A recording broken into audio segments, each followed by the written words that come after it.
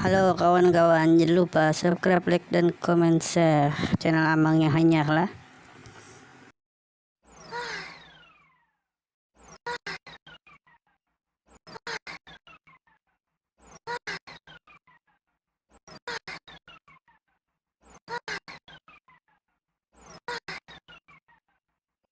Gadis ini pertama kali tidak memakai pakaian dalam saat tidur. Saat dia hampir ketiduran, selimutnya ditarik seketika, sehingga kelihatan kedua kakinya. Saat masih setengah sadar, gadis bangun untuk memeriksa. Tiba-tiba muncul tangan yang menarik rambutnya, dan menekannya di tempat tidur. Rupanya adalah ayahnya gadis itu. Gadis itu bertanya, "Kenapa?" Ayahnya tidak menjawab. Dia melihat ke arah badan Sunwo dengan tatapan yang menggelikan. Saat dia melihat ke bawah lagi, dengan fokus dia melihat Sunwo. "Putriku sudah tumbuh dewasa." Gadis yang sangat kasihan. Dia sangat ketakutan. Badannya sudah gemetaran. Ayahnya perlahan-lahan melepaskan tarikannya. Kemudian mengelus mukanya. Air matanya turun dari pipinya. Saat Sunwo mengira akan terjadi sesuatu, ayahnya malah pergi meninggalkan dia. Ayahnya pergi meninggalkan Sunwo yang terdiam tanpa kata. Keesokan pagi, ibunya seperti biasa menyiapkan sarapan. Sunwo duduk terdiam. Hatinya sangat kacau. Dia berpikir apakah perlu memberitahu kejadian semalam ke ibunya. Adiknya turun dari tangga. Adik kecil juga datang ke meja makan. Ayahnya Sunwo dengan senang hati duduk di sampingnya, seperti tidak terjadi apapun kemarin. Sunwo mengingat kembali muka ayahnya kemarin, yang sangat menakutkan. Tapi saat ini, ayahnya seperti kembali ke normal lagi. Sunwo segera pergi. Semua orang kebingungan.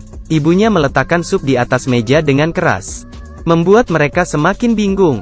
Ibunya hanya diam, kemudian dengan lahap memakan makanan, seperti beberapa hari tidak makan. Semua kelakuan aneh ini membuat semua orang semakin takut. Adiknya memuntahkan makanan dan bilang, "Terlalu asin." Ibunya mengambil segenggam telur, kemudian memasukkan ke mulut seperti orang gila. Apa yang terjadi pada sekeluarga ini?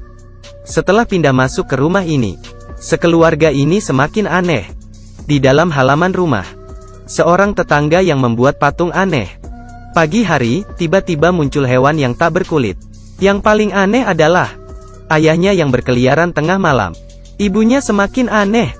Cara makannya sangat teruk. Kemudian dia memberikan makanan ke anaknya, tapi anaknya tidak ingin memakannya. Setelah melihat ke ayahnya, ayahnya berkata, "Jika tidak ingin makan, maka tidak usah makan." Namun saat itu tatapan ibunya menjadi seram. Dia meletakkan makan di atas meja. Kemudian dia melempar piring-piring. Anak-anak ketakutan hingga gemetaran. Ibunya semakin emosi. Dia memukul meja dengan emosi, berteriak, "Kalian tidak tahu bersyukur?" Dia melihat anaknya dengan tatapan tajam. Anaknya ketakutan hingga menangis. Mereka tidak pernah berpikir ini adalah awal mimpi buruk mereka. Gadis ini mandi dengan air hangat. Dirinya tidak tahu saat dia menutup airnya dan membersihkan embun di kaca. Kembarannya membuat dia terkejut. Kembarannya meletakkan wajah di kaca. Rupanya hanya bercanda. Keduanya kembali ke kamar.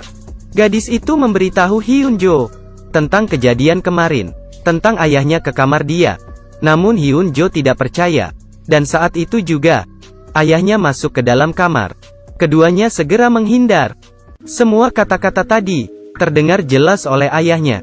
Saat dia lagi bertanya kepada kedua kakak beradik, tangannya masuk ke kotak pensil, kemudian mengambil pisau, dan mengeluarkan pisaunya. Ayahnya berjalan ke arah mereka. Saat dia ingin melepaskan serangan, berhasil dihentikan oleh Hyunjo.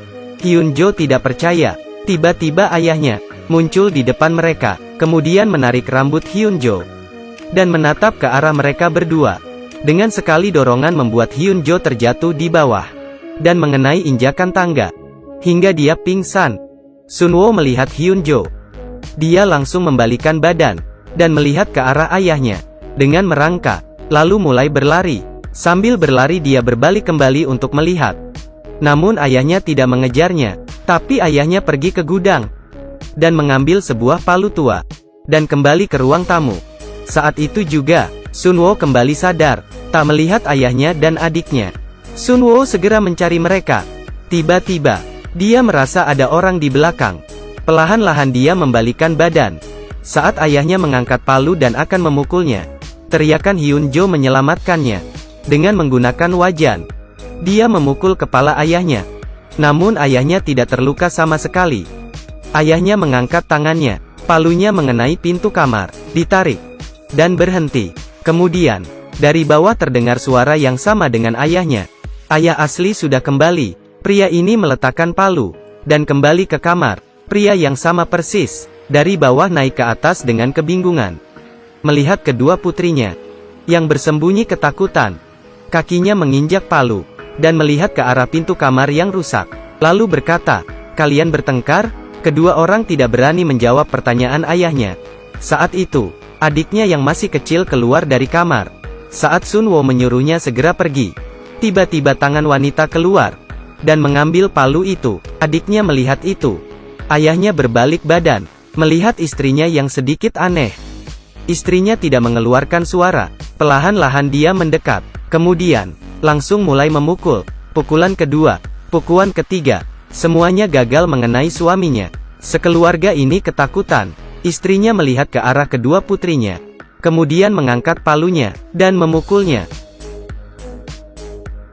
Beberapa pukul mendarat di mereka. Tanpa pikir panjang, ayahnya memeluk ibunya. Tapi dia langsung didorong. Ibunya mengeluarkan senyuman yang aneh. Melihat sekeluarga ini, dia menyimpan senyumannya, dan segera pergi. Kakinya menginjak kaca, dan melewait kakinya. Kemudian ditarik keluar lagi, seperti tidak merasakan sakit. Kemudian dia masuk ke kamar. Tiba-tiba, dari bawah terdengar suara istrinya. Dengan menutup mulutnya, dia naik ke atas dengan terkejut. Pria itu kembali melihat ke arah kamar. Siapa orang yang tadi? Tapi, dia masih sangat takut dengan istrinya. Kemudian dia membuka pintu kamar itu. Dalamnya tidak ada orang sama sekali. Tapi, palau yang bercak darah ada di atas lantai. Palau yang bercak darah ada di atas lantai. Terlihat oleh pria itu. Ibunya mendekati kedua putrinya. Namun putrinya ketakutan, dan segera menghindar. Keesokan hari, pria itu menelpon adiknya, agar dia membantu menyelesaikan masalah itu. Pada sore hari itu, adik yang bekerja sebagai pastor, datang ke rumah abangnya. Dia sempat bilang ke abangnya, tentang apa yang dia lihat. Tapi abangnya tidak percaya, sehingga membuat hubungan mereka semakin jauh. Malam itu, sekeluarga memutuskan untuk tidur bersama. Tengah malam, adik kecil terbangun karena kebelet pipis. Dia tidak mengganggu orang lain. Anak bungsu yang polos ini, saat dia sendiri masuk ke toilet, bayangan anak kecil yang sama persis melewatinya. Benar saja, semua anak bungsu di dunia ini sama saja. Anak itu mengangkat pisau, dan mengeluarkan senyuman aneh, mengangkat, dan berhenti. Anak itu tidak membunuh pastor. Seperti dihentikan oleh sesuatu. Pastor kemudian membuka matanya. Dengan begini, karena keberadaannya, sekeluarga melewati malam itu dengan aman. Keesokan hari, pastor mengatakan bahwa dirinya tidak sanggup menyelesaikan masalah itu. Dia menelpon ketua pastor. Semua orang segera membahas kejadian yang terjadi pada keluarga itu. Mereka merencanakan penangkapan roh. Ketua pastor ini sangat hebat. Pengikutnya sangat banyak. Siang itu ketua pastor langsung menghampiri mereka. Tapi, saat di jalan, seekor burung gagak menabrak mobil yang berjalan dengan cepat. Kaca mobil hampir pecah. Saya tidak mengerti, kenapa tidak menghentikan mobil. Apa alasannya? Ini menyebabkan semua pastor dan ketua pastor terbunuh oleh kecelakaan. Saat itu juga, pria mengikat kedua tangan dan kaki putrinya di atas tempat tidur. Ibunya tidak tega, tapi tidak ada cara lain. Mereka harus menunggu kedatangan rombongan ketua pastor. Tengah malam, pastor kembali ke rumah. Badannya penuh dengan darah. Dia membawa kabar yang sangat buruk. Rombongan ketua pastor, semuanya mati kecelakaan. Segala hal nanti harus diselesaikan mereka sendiri. Melihat sepupu yang sangat kesakitan, pastor harus melakukan sesuatu. Tapi, dia benar-benar penakut. Karena terakhir kali dia menyinggung roh jahat, mengakibatkan keluarganya semuanya terbunuh. Dia takut kejadian itu terulang lagi. Jika kehilangan keluarga abangnya lagi, maka dia akan menyesal seumur hidup. Abangnya melutut dan memohonnya, agar dia bisa melakukan sesuatu. Mereka harus mencoba sekali. Depan belakang semuanya kematian. Pastor menyalakan lilin, menebarkan air suci. Saat Sunwo mengenai air suci itu, merasa sangat kesakitan. Sangat kesakitan. Kemudian dia menangis, dan tidak tahu apa yang terjadi. Salib diletakkan di atas tubuh Sunwo. Sunwo tidak ada refleks. Tapi, adegan sebenarnya baru saja dimulai. Gadis ini diikat di tempat tidur. Dia sangat ketakutan. Pastor sambil menyambuk. Sunwo sangat kesakitan, hingga terus berteriak. Keluarga yang melihat itu sangat sedih, dan sangat sakit hati. Dia berteriak, "Kenapa? Kenapa harus begitu menyiksanya?" Pastor bertanya ke ayahnya, "Apakah masih terus dipukul?" Ayahnya membulatkan hati, dan mendekati Sunwo. Dengan lembut dia menekannya, dan melepaskan ikatan. Sunwo terus menangis. Pastor mengeluarkan salib, dan meletakkannya di atas badan Sunwo, disertai dengan tangisan gadis itu. Cambuk kedua dipukulkan. Sakit. Cambuk ketiga dipukulkan. Masih sangat sakit. Cambuk keempat membuatnya hampir mati. Cambuk kelima, cambuk keenam dipukul ke badan Sunwo. Tapi sakitnya di hati ayahnya. Pastor mengganti cambuknya, dan terus mencambuk. Gadis itu kesakitan hampir kehilangan rasa. Saat dia membalikan kepalanya, cambuk mengenai mukanya. Saat itu juga, agensi bergegas ke lokasi kecelakaan.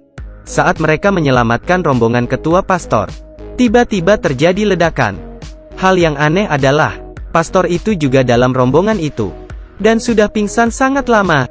Di sisi lain, Sunwo sudah hampir mati dicambuk. Jika mereka tahu bahwa pastor ini adalah dari roh jahat, akan ada cerita seperti apa? Pastor masih terus mencambuk dengan keras ke badan Sunwo. Ibunya tidak tahan lagi. Pengusiran setan macam apa ini? Ini adalah pembunuhan. Dia langsung menghentikan pastor itu. Melihat ke arah suaminya, dia berkata, "Kita tidak buat lagi. Biarkan kita sekeluarga mati dengan tenang." Tapi, ayahnya juga sangat bingung. Sekeluarga ini sangat ketakutan, juga tidak tega. Pria itu mendorong istrinya, kemudian menyuruh pastor terus mencambuk. Tiba-tiba suara terdengar di telinga pria itu, "Kau adalah penakut. Kalian salah pukul orang." Pria itu seperti mengerti sesuatu. Perlahan-lahan dia bangun, kemudian mencekik istrinya. Dengan kuat, pastor mengeluarkan senyuman yang aneh. Anak kecil ini ketakutan. Istrinya mengambil gelas, dan memukul ke kepala suaminya. Pria itu mendorong istrinya ke dinding hingga pingsan. Melihat istrinya yang penuh darah, dia sepertinya mengerti sesuatu. Kemudian dia berbalik arah. Adiknya mengeluarkan senyuman yang lebih aneh. Pria itu menyerang ke roh jahat itu, tapi langsung dipukul hingga terjatuh. Pada saat roh jahat itu akan membunuh pria itu, adik yang asli datang tepat waktu. Dia membacakan mantra, dan berhasil menyelamatkan keluarga ini. Sunwo yang sekarat, pelan-pelan jalan mendekat ayahnya, dan berkata, "Kenapa memukul saya begitu lama? Apakah saya bukan putrimu?" Saat itu juga, pastor mengeluarkan cermin. Sunwo akhirnya mengeluarkan wajah aslinya. Pastor memutuskan untuk membawa roh itu di dalam tubuhnya, bersama dengan roh jahat, pergi ke surga, dan dihukum. Lambang imannya jatuh ke atas lantai. Ini adalah kali pertama dia berpisah dengan lambang imannya. Cerita akhirnya terlihat sangat sadis. Saya memilih untuk tidak meneruskan lagi. Pasti berhasil mengalahkan roh jahat dengan imamnya. Film pengusiran roh Korea ini sangatlah jago dalam pembuatan filmnya. Jika kalian tertarik, bisa coba menontonnya. Terima kasih sudah menonton. Sampai ketemu lagi.